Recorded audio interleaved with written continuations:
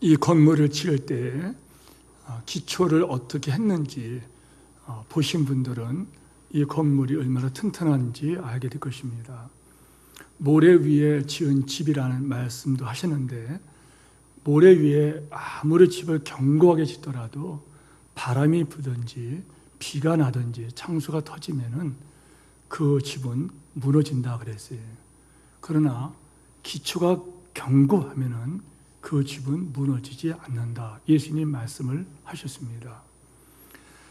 다른 말씀 드리는 것이 아니라 우리가 이 창세기 11장 32절에서 12장 8절까지 이렇게 왔다 갔다 하면서 제가 몇 번이나 이렇게 말씀을 반복합니다.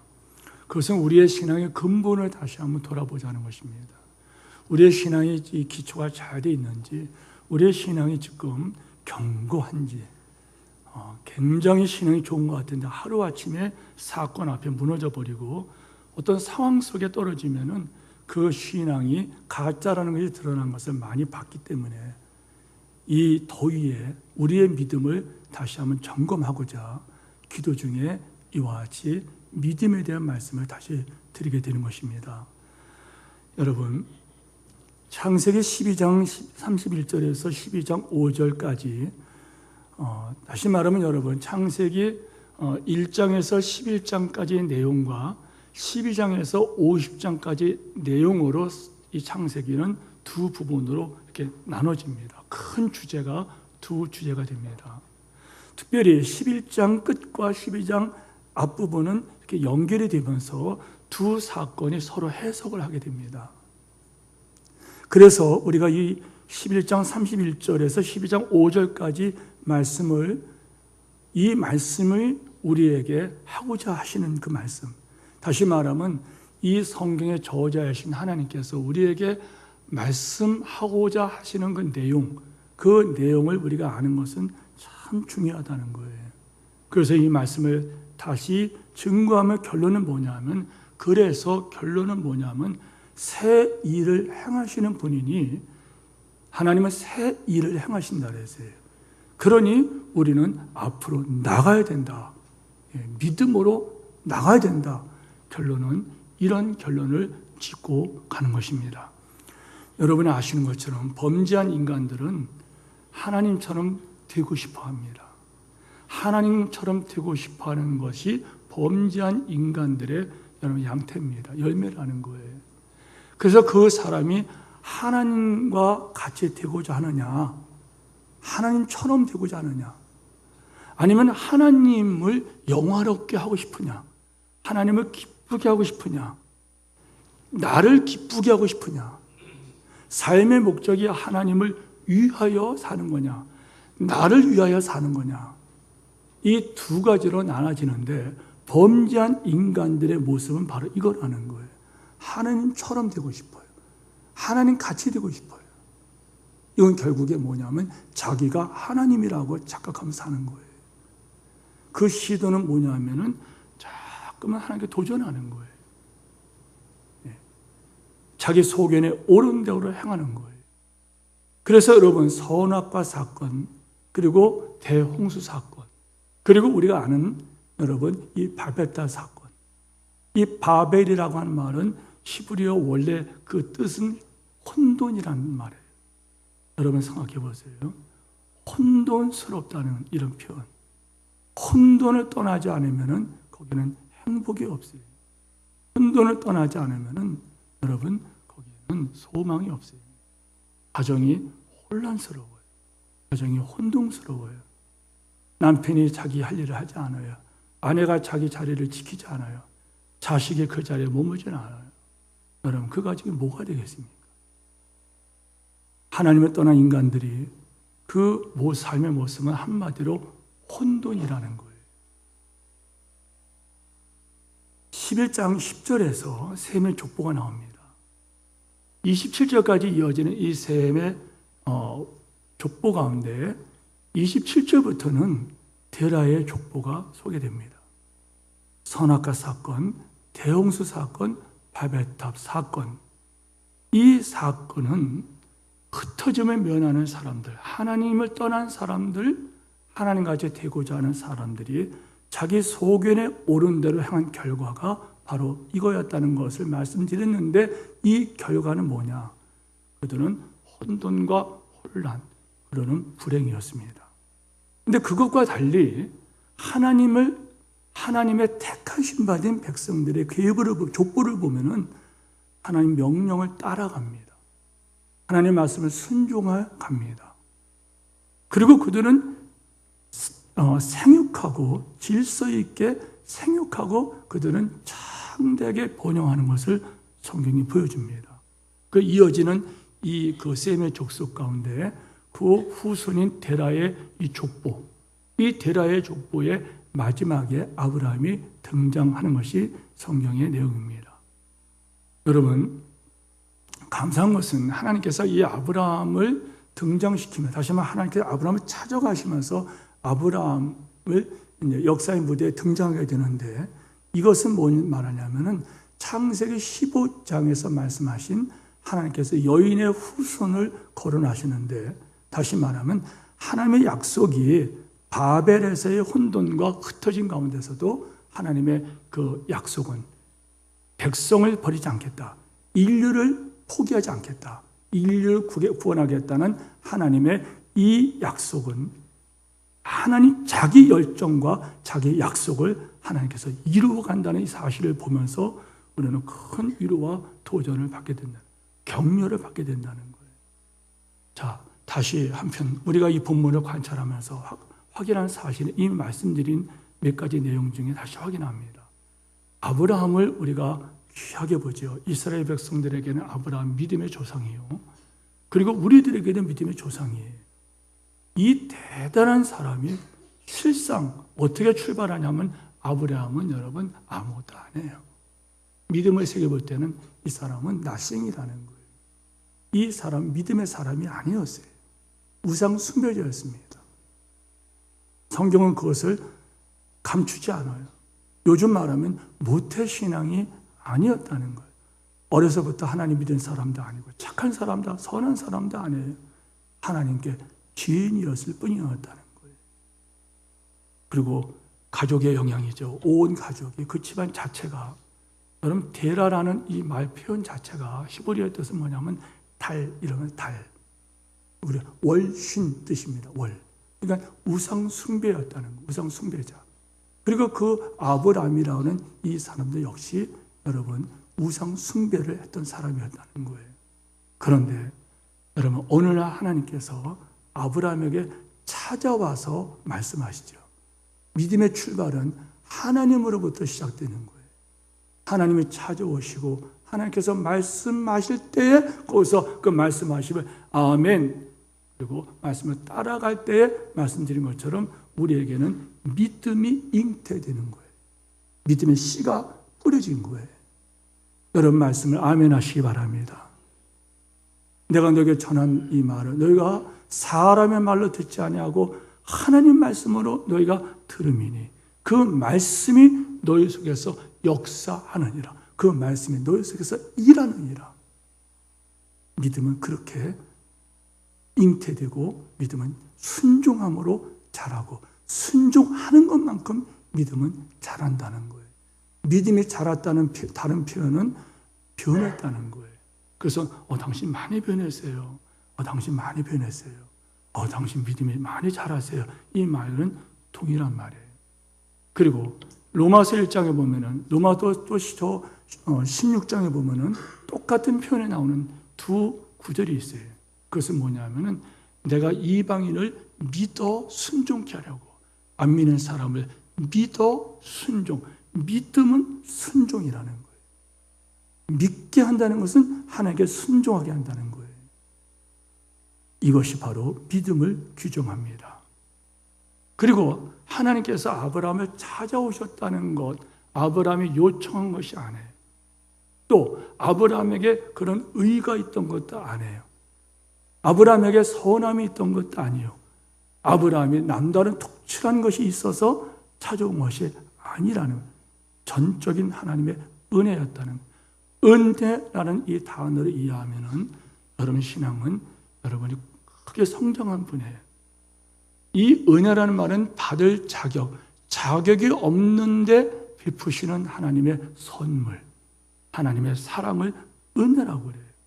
아브라함은 갈대아우르 에서 여러분 자격이 없었어요. 그런데 하나님이 찾아가셔서 하나님의 음성을 들려주시고, 그리고 하나님의 음성을 듣고 순종할 때 믿음이 그에게 씨가 떨어졌어요.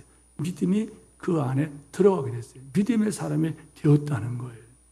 그러나 아브라함은 온전한 순종을 하지 못한 증거가 나오죠.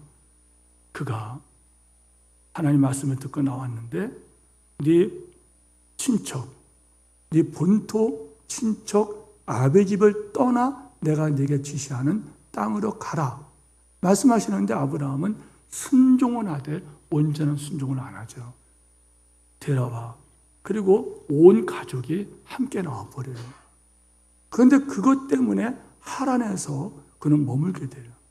그리고 데라가 거기서 아버지가 죽을 때에 그때 하나님께서 또 찾아오셔서 아브라함아 너는 떠나가라. 떠나가라. 이렇게 말씀하십니다. 성도 여러분, 믿음은 하나님께서 찾아옴으로 시작된다는 것과 믿음은 여러분이 하나님 말씀을 아멘할 때 믿음이 생긴다는 것과 믿음은 순종하는 만큼 믿음이 자란다는 것을 이 성경이 우리에게 알려줄 때 여러분이 이걸 깨닫고 믿음이 요동하지 않는 이런 은혜가 있기를 바랍니다. 12장 1절에서 5절 말씀 보면은 하란에서 이제 가나안 땅으로 떠나는 아브라함을 소개합니다. 데라가 죽은 후에 하나님께서 다시 아브라함을 찾아가십니다. 그리고 아브라함에게 떠나라. 너는 너의 고향과 친척과 아비 집을 떠나 내가 네게 보여줄 땅으로 가라. 한번 따라서 해보세요. 떠나. 다 같이 해보세요. 떠나. 가라. 여러분, 떠나 가라. 너는 너의 본토 친척 아비 집을 떠나 그리고 내가 네게 보여줄 땅으로 가라. 떠나 가라. 이 명령을 여러분 이거를 히브리 원문으로 제가 그런 실력은 없어서요. 사전을 찾으면서 이렇게 번역을 하면은 이 원문은 이렇게 번역될 수 있어요. 너 스스로 가라. 너 자신을 위하여 가라. 이거 믿음의 성격이라는 거예요. 믿음은 여러분 누굴 위해서 하는 게 아니에요. 하나님께서 여러분을 위하여 믿음 생활을 하게 하셨다는 거예요. 너 스스로 가라. 너 자신을 위해 가라. 아브라함의 떠남은 자발적인 동시에 자신을 위한 떠남이었다는 거예요. 이게 믿음의 성격이에요. 두 번째, 떠날 장소가 너의 고향, 친척, 아비 집. 이 순서가 고향, 친척, 아비 집으로 좁혀져요. 넓은 곳에서 점점 좁혀져요. 뭘 말하는지 아십니까? 신앙생활 여러분 구체적으로 하시기 바랍니다. 신앙은 관념이 아니에요. 추상적인 개념이 아니에요. 신앙은 삶의 현장이에요. 여러분의 신앙생활을 구체적으로 하는 이런 은혜가 있기를 바랍니다. 세 번째, 아브라함에게 주어진 이 목적지는 내가 네게 보여줄 땅으로 가라. 이렇게 말씀하셨어요. 그런데 그 땅이 어디라는 걸 말씀하지 않으셨어요. 처음에. 아브라함 입장에서는 막막하다는 거예요. 그런데 성경은 놀랍게도 아브라함은 그 말씀 붙들고 떠나갑니다. 그럼에도 불구하고 이런 표현을 쓰죠. 따라서 해보세요. 그럼에도 불구하고. 성도 여러분, 그럼에도 불구하고 하는 이 단어를 여러분이 꼭 사용하십시오. 자주 사용하십시오. 예를 들어서 여러분이 좀 쉽게 좀 말할게요. 내 아이가 공부를 못해요. 그럼에도 불구하고 이 아이는 하나님의 영광을 드러내야 되는 거예요. 내 자녀가 몸이 약해요. 그럼에도 불구하고 이 아이는 하나님이 이 아이를 통해서 영광을 받으신다는 거예요. 하나 예를 들까요? 여러분, 헬렌 켈러 여서를 보십시오. 잘 아시죠? 헬렌 켈러 그 여서는 여러분이 아신 것처럼 보지 못하고 듣지 못하고 말하지 못하는 이런 세 가지의 그런 고통을 당하는 아이였습니다. 그런데 이 아이를 눈으로 보고 귀로 듣고 마음으로 생각할 때는 저주밖에 안 됩니다. 절망입니다. 낙심입니다. 깜깜합니다. 그런데 부모님은 거기에서 어떻게 합니까? 그럼에도 불구하고 이 아이를 내게 맡겨주신, 이 아이를 태어나게 하신 하나님의 뜻이 뭘까? 거기서 여러분, 눈으로 보는 대로 귀에 들려진 소문대로 그리고 마음에 생각된 대로 하지 아니하고 이 아이를 위하여 이 아이를 보내주신 하나님 앞에 엎드려서 기도하며 그 아이를 하나님께 맡길 때 여러분 잘하잖아요. 헬렌 켈러 여사를 통하여 그 본인과 그 가문이 얼마나 복을 받게 됩니까?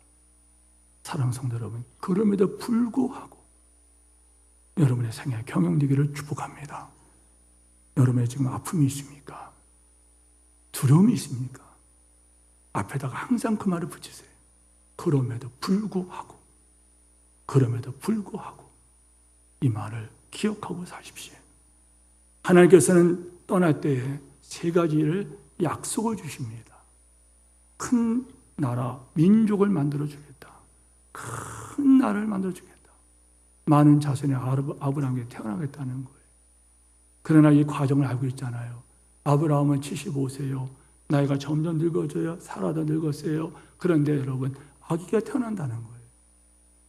믿어지지가 않았죠. 눈으로 보고 귀로 듣고 마음으로 생각하는 결론은 거기에는 절망이에요. 그럼에도 불구하고 하나님 약속은 이루어졌다는 거예요. 더 나아가서 큰 나라가 쫀쫀하게 어떤 지역을 나눠지는 나라와 경계를 정해지는 그런 정도가 아니에요. 아브라함과 다윗의 자손으로 오신 예수님 안에서 온천한 만민이 하나님 백성이 되는 큰 나라가 만들어지는 복을 결국에 받게 되었다는 거예요. 믿음의 조상이 되지 않습니까? 두 번째, 아브라함에게 복을 주어 그 이름을 창대하게 했다. 여러분, 뭘 말하는지 아시겠죠? 이 복은요, 궁극적으로는 이스라엘 민족에게서 그리고 아브라함의 후손에게서 예수님께서 태어나시는, 그래서 이 예수님을 통하여 여러분, 아브라함의 이름이 믿음의 조상이라고 하는 이 이름이 창대하게 되는 복을 이루어졌다는 거예요. 세 번째 복, 너는 복이 될 것이다. 이것을 또 다른 번역을 한다면 이렇게 번역을 할 수 있어요. 너는 복의 통로가 되리라. 축복의 통로가 되리라. 여러분, 그렇습니다. 너를 축복하는 자에게는 내가 복을 내리고 너를 저주하는 자에게 내가 저주하겠다는 거예요. 복과 저주의 주권자 하나님께서 아브라함을 보호하신다는 거예요. 왜요? 아브라함은 축복의 통로이기 때문에. 네, 축복의 통로이기 때문에 그렇습니다. 성도 여러분, 여러분들이 이 말씀을 들으면서 갈릴리아서 말씀을 기억해야 돼요. 믿음으로 말미암은 자는 믿음이 있는 아브라함과 함께 복을 받는다.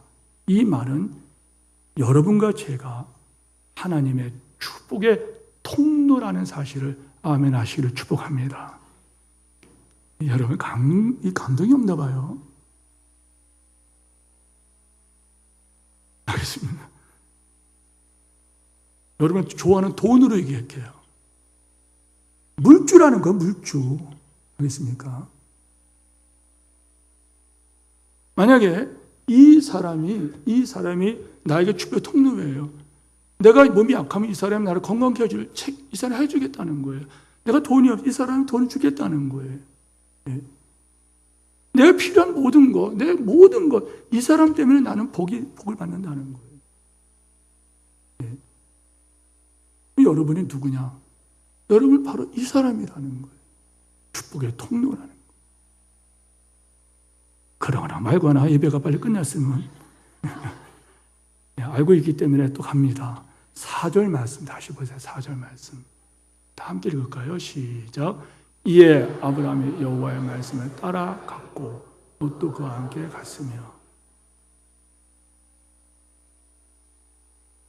여기에서 지난 시간에 말씀드린 아브라함은 여호와의 말씀을 따라갔어요. 롯은 삼촌을 따라갔어요. 사람을 따라갔어요. 보이는 것은 똑같이 그곳으로 갔어요. 근데 아브라함은 하나님 말씀을 따라갔고 롯은 사람을 따라갔어요. 똑같이 간 거예요. 여러분이 사람들이 볼 때는 다 같이 믿음 생활하는 것 같아요. 그러나 하나님은 아세요. 하나님께서는 그 믿음대로 행해 주십니다. 아브라함은 창대한 복을 받죠. 롯은 어떻게 돼요? 여러분, 소돔 성으로 들어가서 정말 말할 수 없는 그런 고통을 받죠. 우리가 어떻게 가야 되냐는 거예요. 또 여기서 아브라함이 여호와의 말씀을 따라갔다. 이 히브리 표현은 여러분 이렇게 시작됩니다. 아브라함은 갔다. 여호와의 말씀을 따라. 이렇게 번역이 돼요. 이게 원문 번역이에요. 무슨 말인가 하면 이 말씀은 1절 말씀과 여러분 4절 말씀을 연결시켜 보세요. 떠나가라. 이 말씀을 4절에서는 아브라함은 갔다는 거예요. 하나님의 말씀을 듣고 갔다는 거예요. 철저히 순종을 말해요. 믿음은 철저한 순종이에요. 또 5절 끝에 보세요. 마침내 가나안 땅에 들어갔다. 여기 이 마침내라는 것은 우리가 생각하는 마침내 잘 됐네 이렇게 말하는 게 아니에요. 이 마침내라는 것은 뭐냐면은 하나님 입장에서 마침내입니다. 이게 무슨 말인가 하면은 여러분 아브라함이 머뭇거리고 아브라함이 뭐 어쩌고 뭐 이렇게 하더라도 결국에 하나님의 뜻은 이루어진다는 거예요. 저는 이것을 제 표현이 아니에요. 신학교에서 이 표현을 참 많이 쓰는 표현이에요. 그럼에도 불구하고 이게 마침내라는 뜻은 일을 향하시는 여호와, 그 일을 만들어 성취하시는 여호와, 이 하나님을 믿으라는 거예요. 여기를 워낙 못하지만 그래도 민망하잖아요. 아멘 이러면 민망하잖아요. 믿으라는 거예요. 설교를 유도합니다. 믿으세요? 아멘? 믿습니까? 아멘? 아멘 부대가 없어서 참 그렇지만은 아멘 하면 여러분 좋고 저 좋아요. 그리고 하나님 기뻐하십니다. 어렵네요. 아멘 맞게. 자, 그러면 이제 다 말씀드리고 정리를 할게요. 하나님께서 아브라함을 믿음의 조상으로 만드신 이 드라마, 이 드라마를 우리로 하여금 보게 하시는 게 뭘까? 연극으로 생각해 보세요. 이 무대가 있어요. 그리고 여기 우상숭배 찌든 사람들이 있어요. 근데 거기에 아브라함도 보이고 아브라함 아버지 데라도 보이고 그리고 나홀도 보이고 여러 사람이 보여요. 그런데 하나님께서 찾아가요. 그 말씀을 하세요. 그러나서 그 드라마가 전개가 돼요. 이거를 우리에게 왜 보라고 말씀하실까? 왜 12장부터 50장까지 그리고 아브라함의 일대기라고 하는 25장까지인가요? 그것이 왜 12장, 25장은 중요한가? 이것은 다른 게 아니고 그럼 이렇게 이해하시면 좋을 것 같아요. 2부 예배 때 제가 표현한 건데요. 아브라함이라는 그 이름을 빼버리고 여러분의 이름을 거기다 넣어보세요. 그럼 여러분 이 성경이 확 이렇게 다가옵니다. 그 풀립니다. 창세기 12장부터 25장까지 이 내용은 하나님께서 아브라함을 아브라함으로 만드시는, 아브라함으로 만드시는, 다시 말하면 불신앙을 신앙인으로, 그리고 믿는데 조그만 믿음의 사람을 큰 믿음으로 만드는 하나님의 개입하심이라는 거예요. 여러분, 하나님께서 아브라함을 찾아주시면서 하신 말씀은 뭐냐면은 본토와 친척과 아버지 집을 떠나 하나님 지시하는 땅으로 가라. 그렇다면은 이 신앙 여정이 뭘 말하는 것이냐? 여러분, 많은 분들이 그 책을 보실 텐데 좋은 책입니다. 철로 역정이라고 번역되기도 하고 성도 천성 가는 길 이렇게 번역되기도 하고, 필그림 프레스역에서 성도들이 이렇게 그렇게 번역되는 책이 있잖아요. 철로 역정이라는 성도 가는 길 이렇게 번역된 그런, 어떻게 번역되든 간에 그런 책이 있어요. 그런데 그 성경에 그 책을 보면은요, 주인공이 성도죠.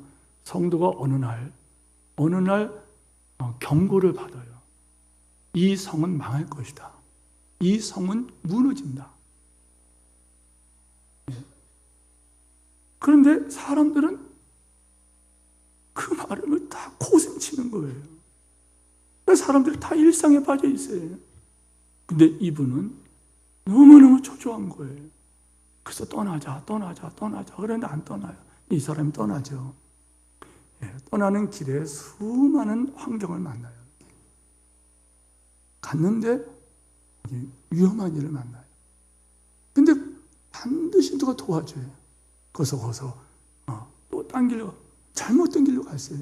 거기서 잘못되는 거 하니까는 또 이 길은 길이 아니야. 또 도와줘요. 또 하니까 여기서는 위험을 만나요. 죽을 뻔했어요. 근데 거기서 또 보호를 받아요. 이렇게 왔다 갔다 결국에 이 사람이 그 멸망하지 않은 도성에 이르게 되는 거예요. 이걸 바로 성도 가는 길, 이런 책입니다. 여러분, 우리의 시민권은 하늘에 있다, 이렇게 말씀하셨어요.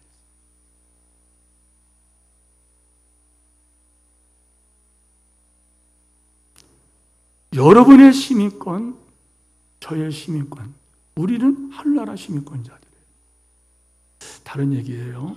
동의하건 안 하건 성경이 아니니까 편하게 생각해 보세요. 여러분들, 어떤 분들이 하는 말, 우리는 지금 오늘 기도하신 목자님도 그런 기도하셨지만은 뭔가 지금 불안하고 뭔가 이게 아닌 것 같은데 좀 그런 마음이 들지 않습니까? 뉴스에서 본 거지만은 주식 총액 50조가 날아가 버렸대요. 나라의 국부가 50조가 없어져 버린 거예요. 안보, 경제, 그리고 영적인, 도덕적인 타락, 그리고 주변 강국의 움직임들. 사람들이 해외 다른 나라의 시민권을 따려고 지금 애를 쓴다고 그래요. 그래서 가능한 미국에, 카나다, 어떤 유럽으로 시민권을 연결해서 딴다. 그럼 무슨 일 있으면 여차하면은 나는 가리라. 심지어 어떤 사람들은요, 그럼 제가 방법 알려드릴게요. 여러분, 미국 시민권 따기는 어렵잖아요. 방법 알려드릴게요. 방글라데시 시민권 따십시오. 그 나라 무시하는 게 아니에요. 그런데 여러분, 그런 나라 여러분 가면은요, 여러분 대환영마저 여러분에게 시민권 줍니다. 후진국으로 갈수록 시민권이 쉽죠. 그거라도 따놓아야 된다고 사람들이 좀 그렇게 말을 한답니다. 여러분, 이 나라가 어떻게 될까? 망하는 거 아니야. 전쟁이 일어나는 거 아니야. 여차하면 적어도 시민권이 있으면 그 나라 갈 수 있다는 거예요. 근데 우리의 시민권은 저 하늘에 있는지라 거기로부터 주 예수 그리스도를 기다리노니 우리는 바로 하늘나라 시민권자들이라는 거예요. 창세기 이 아브라함의 이 사건은요, 신약성경 히브리서 11장 신약 히브리서를 보지 않으면 해석이 안 돼요. 히브리서에 뭐라고 말씀하나요? 이 사람들은 이 땅에 살아도 믿음을 따라 살았다는 거예요. 그리고 그들은 믿음을 따라 죽었다는 거예요. 그리고 그들은 하늘 토성을 바라봤다는 거예요. 아브라함은 떠나게 됩니다. 이 말씀은 우리도 하나님께서 기뻐하시는 믿음의 여정을, 믿음의 이 여행길을, 믿음의 순례길을, 이 땅의 광야 인생길을 가기 위해서는 먼저 떠나는 것이 있어야 된다는 거예요. 자, 여기 고향이라는 이 에리츠라고 하는 이 히브리어 단어는 땅을 말하는데, 그런데 이 땅을 뭘 말하냐면요, 말 그대로 그 당시에 고대 근동 도시에서 이 땅은요, 여러분 사람이 죽고 사는 문제예요. 지금은 우리가 땅 한 평 없어도 농사 안 져도 우리 먹고 살아요. 그러나 고대 근동 그때에서는 여러분 땅은 곧 생명입니다.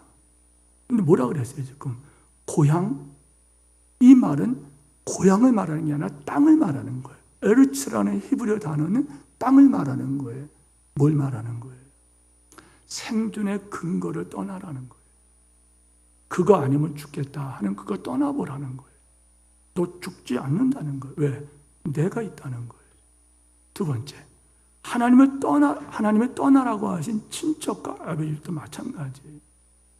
그 옛날 그 고대 근동 지방, 그 옛날 부족 사이에서는 여러분 이 친족, 부족을 떠난다는 것은 곧 죽음을 말하는 거예요. 대책이 없는 거예요. 이 말은 뭔지 아십니까? 여러분, 성도들은 떠나라는 이 말은, 성도들은 그냥 떠나라는 게 아니고 여러분이 하나님만을 의지하라. 하나님 도우심만을 바라라. 그렇게 살아라. 이것이 진짜 너를 보호하고 이것이 진짜 내가 유익되게 하는 것이다. 너를 위하여 떠나라. 너를 위하여 떠나라는 거예요. 여러분이 이 믿음이 회복되기를 축원합니다. 마가복음 1장에 보면은 예수님께서 제자들을 부르실 때 거기에 세베대의 아들 야고보와 그 형제 요한을 볼 때 예수님께서 부르십니다. 본문 말씀 보십시오. 부르십니다. 그들이 배에서 그물이 찢어진 것을 꿰매고 있었어요. 예수님께서 부르십니다. 부르시자마자 그들이 그 아버지 세베대를 품꾼들과 함께 배에 버려두고 예수를 따라가니라. 이것이 믿음의 생활이라는 거예요. 농부들에게는 배와 그물이 생계수단입니다. 그럼 이렇게 적용해 보세요. 여러분들이 믿음 생활에 방해되기 때문에 회사를 그만둘 수 있습니까? 그 회사에서 아침마다 고사를 지내는 거예요. 전 직원이. 그럼 어떻게 하란 말이에요? 그런데 그 회사를 안 다니면은 여러분이 생계가 끊어져 버려요. 이제 그걸 말하는 거예요.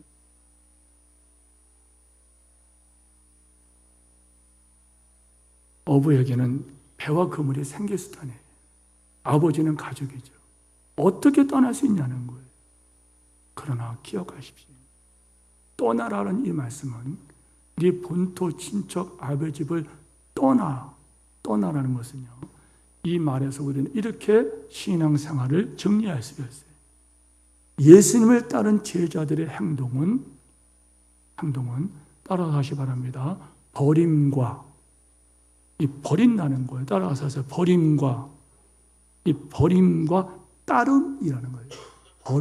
버림과 따름. 신앙생활은요, 이 버림. 그래서 어느 분이 그런 얘기를 했죠. 내려놓음. 버림과 버리고 따라가는 게 제자도의 첫 번째 요건이라는 거예요. 제자들이 모든 것을 버려두고 예수님을 따르는 모습에서 우리는 누구든지 예수님을 따르기를 원하면 대가 지불이 있다는 거예요. 반드시 대가를 지불해야 돼요. 대가를 치를 각오를 하라는 거예요.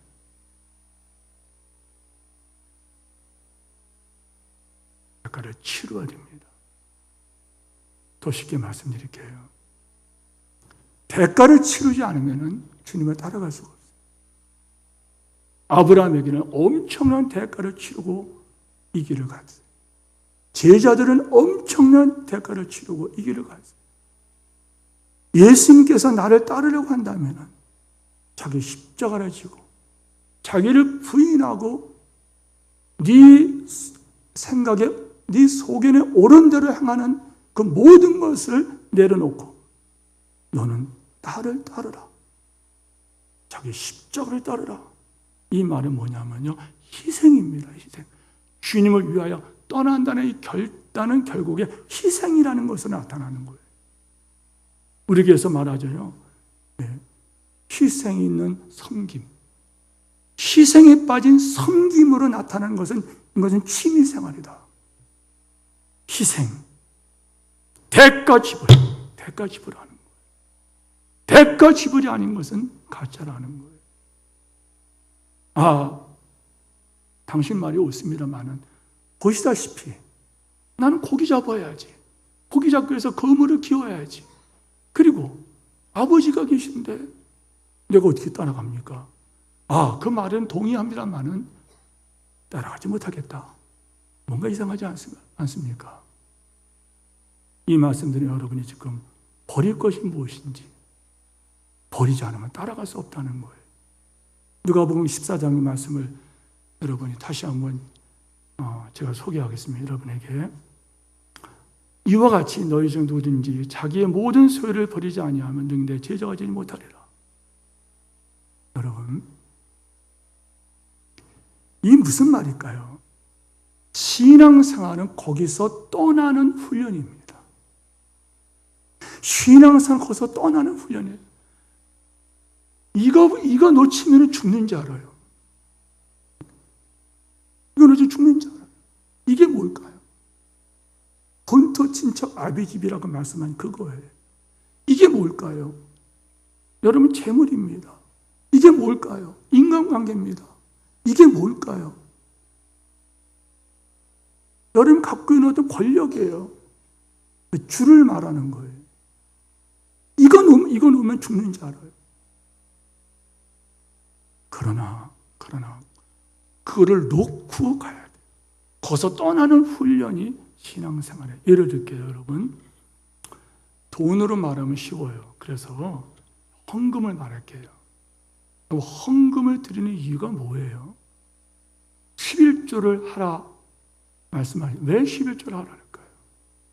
얼마 전에 이름은 말하지 않을게요. 얼마 전에 오래전에 어떤 분이 저한테 찾아오셨어요. 그리고 목사님 잠깐 얘기 좀 해요. 대화를 나눴죠. 그분이 하는 말씀이, 그분이 의사입니다. 그런데 그분이 하는 말씀이, 목사님, 제 한 달 수입이 5천만 원 됩니다. 굉장히 오래된 얘기인데도 5천만 원 된다 그랬어요. 5천만 원 되는데, 목사님, 5천만 원이면 11조가 500만 원입니다. 제가 500만 원을 11조 해야 되겠죠? 본인이 말해요. 예. 그런데 목사님, 거기 건물 임대료가 나갑니다. 전기세가 나갑니다. 그리고 인건비가 나갑니다. 재료비가 나갑니다. 다 빼면은 얼마가 남습니다. 이거 해야 됩니까? 이거 해야 됩니까? 어떤 거 해야 됩니까? 조금만 참으면 끝납니다. 조지 마시고. 자, 어떤 거, 이겁니까? 한번 가려보세요. 딴 사람 보이면은 여러분들 창피하니까 그냥 속으로 이렇게 해보세요. 자, 한번 다 해보세요. 이겁니까? 전체 12조입니까? 이것저것 빼고 12조 해야 됩니까? 이거 순수익이에요. 이거 해야 됩니까? 이겁니까? 말 안 해도 주님은 아세요, 여러분을. 제가 뭐라고 그랬냐면 그랬어요. 제가 알아서 하세요 그랬어요. 그분은 마음속에 뭐냐면은 이거라는 거예요. 이거. 순수하게 11조 해야 된다는 거예요. 이걸 하건 이걸 말아서 하셔야 됐어요. 이거라고 말하는 그 마음은 아깝다는 마음이 그 속에 있다는 거예요. 아깝다는 거예요. 그러나 생각해보세요. 너희 가운데 내가 주지 않은 것이 뭐가 있느냐? 다 내 것이라. 네 생명과 더불어 네 몸뚱아리 더불어 너에게 이 물질을 주신 것은 나라는 거예요. 11조는 여러분 그걸 말하는 거예요. 모든 것이 하나님의 것이요 모든 것이 하나님 영광을 위하여 드려져야 된다는 거예요. 드려지고 하나님 영광을 위하여 드려지고 쓰임받아야 된다는 것을 고백하는 것이 11조 생활이에요. 그런데 그분은 아까운 거예요. 알아서 하라 그랬어요. 여러분, 재물은 주님을 사랑함으로 기꺼이 희생할 수 있는 바로 그걸 말하는 거예요. 주님을 사랑합니까? 대가 지불해야 돼요. 어렵습니까? 자, 제 집에 손주들이 있어요. 이 손주들이 둘이 있는데요. 자, 그 아이들의 아빠, 엄마가 눈물 나는 희생을 하더라고요. 아이가 아파요. 그런데 제가 퇴근할 때 집에 가서 보면은 소파에 제 아버지와 자기 엄마가 그냥 침상에 앉아서 소파에 앉아서 계시죠. 야야 피곤한데다 자라 그러면 아니요 됐어요. 그리고서 출근하고 또 그 아이를 돌보더라고요. 왜 그러니 이랬더니 밤에 아이가 아팠다는 거예요. 잠을 못 자요. 그런데 이 아이들이 또 뭐야? 그래 눈이 반짝 떠요. 대가. 사랑하기 때문에 대가를 지불하는 거예요. 세상 사람들이 이것은 낭비라고 그래요. 낭비라고 말해요. 여러분의 주님 앞에 와서 시간을 드리고 물질을 드리고 여러분의 헌신하는 것을 세상 사람들은 낭비한다 그래요. 쓸데없는 짓 한다 그래요. 낭비한다 그래요. 그러나 주님은 그것을 받아주신다는 거예요.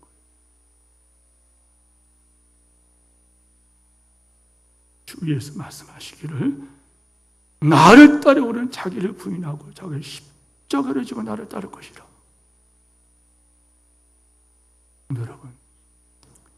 여러분이 또 잘 아는 성경 구절 하나만 더 하고 말씀 정리하겠습니다. 이런 노래 아십니까? 전구마치 밭에 감추 인보와 그 다음에 뭐죠?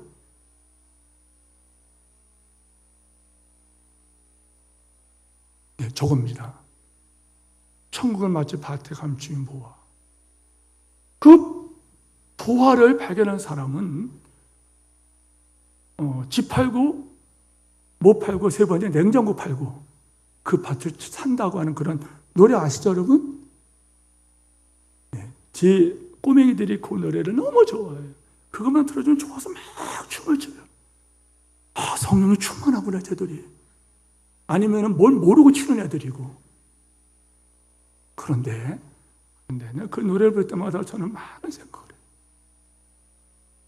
선도들의 재롱을 보지만 많은 생각이 드는 게 뭐냐. 천국은 마치 밭에 감추인 보화 같아서 보물을 발견한 사람이 밭을 가다가 보물이 묻혀 있어요. 그걸 보고 닫아버리고 덮어버리고 빨리 가서 기뻐서 달려가서 집을 파는 거예요. 그리고 그 값을 찾아다가 그 밭을 하는 거예요. 여러분, 이 보화를 아는 사람이 집 파는 게 아까운가요? 주님이 우리에게 말씀하신 거예요. 보이는 것은 잠깐이요. 보이지 않는 것은 영원하다. 우리가 주목하는 것은 보이지 않는 것이니 보이는 것은 잠깐이요. 보이지 않는 것은 영원함이니라. 보이는 것은 잠깐이에요. 우리가 주목하는 것은 보이지 않는 것이 보이는 것은 잠깐이요. 보이지 않는 것은 영원함이니라. 여러분, 떠나야 됩니다. 믿음 생활은 떠나야 된다는 거예요. 두 번째, 믿음 생활은 뭐냐면은 여러분, 하나님이 지시하시는 거로 가야 된다는 거예요. 너는 너의 고향과 친척과 아버지 집을 떠나 내가 네게 지시할 보여주는 땅으로 가라. 여기 땅을 말하는 게 아닙니다. 강조하는 것은 뭐냐면 보여주다 또는 지시하다를 말하는 거예요. 뭘 말하면 아브라함이 하나님 말씀을 듣고 지시를 따라서 갔어요. 그 말은 뭐냐면 자신의 믿음을 하나님 말씀에 순종했다는 것을 믿음으로 자신의 믿음을 보였다는 거예요. 12장 1절 말씀 보세요. 여러분, 여호와께서 아브라함에게 이르시되 너는 너의 고향과 친척과 아비 집을 떠나 내가 네게 보여줄 땅으로 가라. 여기 가라고 하는 이 단어 따라서 해보세요. 가라. 자, 크게 가라. 단호하게 가라. 가라고. 이 단어를 왜 강조하냐면요, 이 단어는 여러분, 이것은 그냥 가라 이게 아니고 이 단어는 현재 분사형이에요. 히브리어로. 무슨 말인가 하면은 계속 가라는 거예요. 계속 가라. 뒤를 돌아보거나 미련을 두지 말고 앞만 향하여 쭉 가라는 거예요. 성도는 여러분 사도 바울같이 내가 이전에 유익하던 것을 다 배설물 여겼다.